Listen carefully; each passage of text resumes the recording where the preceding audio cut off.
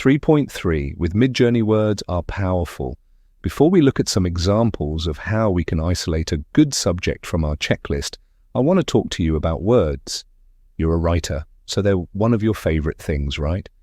It's very easy to get caught in a mentality of thinking of MidJourney as your own personal painter, photographer, or illustrator, giving it a list of instructions presented as a block of descriptive text, like we're writing a paragraph of purple prose.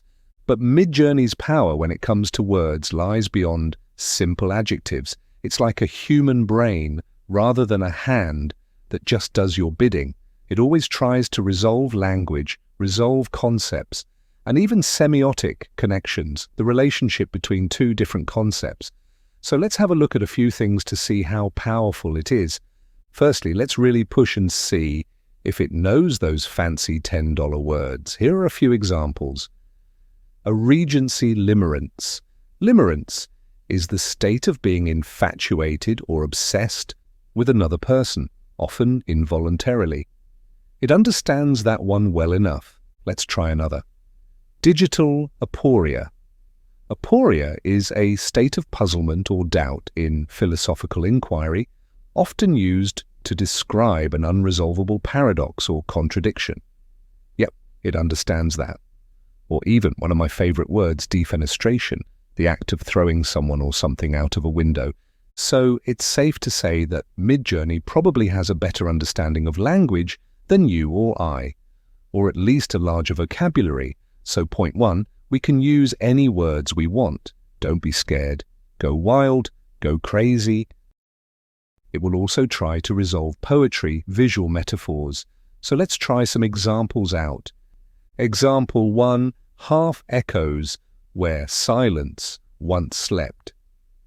Example 2, spinning softly, dissolving endlessly between everything. Or example 3, reaching brightly, colliding, aching, always apart.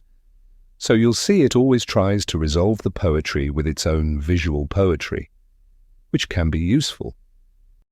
Or how about we try words which seemingly have no connection, with a large semiotic distance between them, things that don't seem associated, silence and algorithm, chalk and eclipse, shadow and parade, silken crater, veil and echo.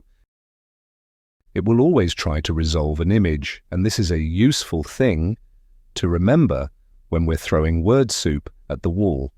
We can throw things that shouldn't make sense. It's a good way to explore.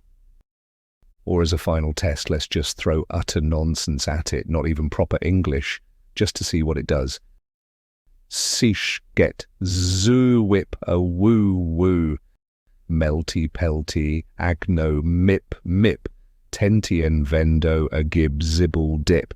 Not that that's what we're going to use, but it just goes to show it will resolve anything we chuck at it. It's fun like that. And with this in mind, it gives us a lot of freedom to explore with our words. And a final piece of advice about words and MidJourney. Remember right back at the start of the previous section when we went looking for styles on the MidJourney Explore page to use as style references. We can use words on our checklist to go look for styles, even with things like emotions and concepts. And sometimes this proves useful when looking for interesting styles. Rather than looking for subjects such as werewolf, let me show you what I mean. Type in werewolf on this page and all the images are in a very similar style, but maybe one of our concepts on our checklist is delicate. So we type delicate horror dog. And there are far more interesting style references we can use with werewolf. So don't be afraid to use our checklist to go searching for style references as well that we can like and use in the mix for our style as well as the subject. So with this idea that words are powerful, let me show you some examples of how I'd go about finding a great subject with a checklist. I'm going to take you through 3 fictitious books I've made up. Yes, I know all novels are fictitious, but you get what I mean. Let's get to it.